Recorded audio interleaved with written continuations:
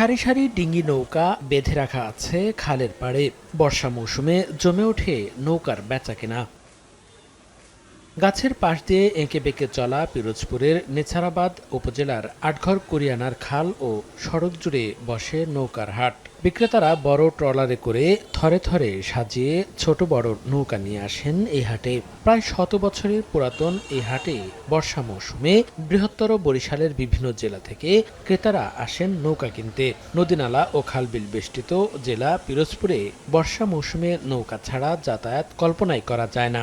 স্বরূপকাঠি, নাজিরপুর ও কাউখালী উপজেলার হাজারো মানুষ বংশগতভাবে পেশা হিসেবে বেছে নিয়েছেন নৌকা তৈরি।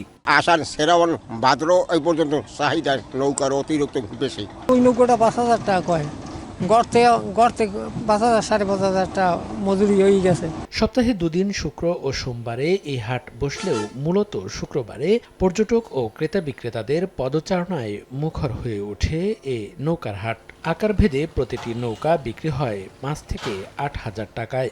আজকে কিনবো না, কিন্তু একদিন 2 দিন পরে কৃষিপাতা করি নৌকার হাট খুবই সুন্দর, কারণ যারা শহরে থাকেন তারা হয়তো এই নদী নালা দেখেন না, তারা একবার হলো আসবেন যে নৌকার হাটটা উপভোগ করে যাবেন। নদীবহুল পিরোজপুরের 3 উপজেলার 15টি গ্রামের কয়েক হাজার মানুষ বর্ষা মৌসুমে নৌকা তৈরি করে তাদের জীবিকা নির্বাহ করেন।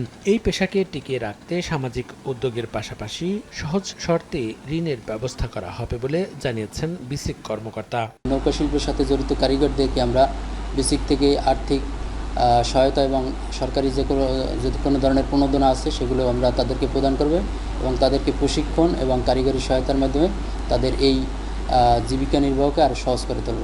বর্ষা মৌসুমে প্রতি হাটে 8 থেকে 10 লাখ টাকার নৌকা বিক্রি হয়ে থাকে। সময় সংবাদ, পিরোজপুর।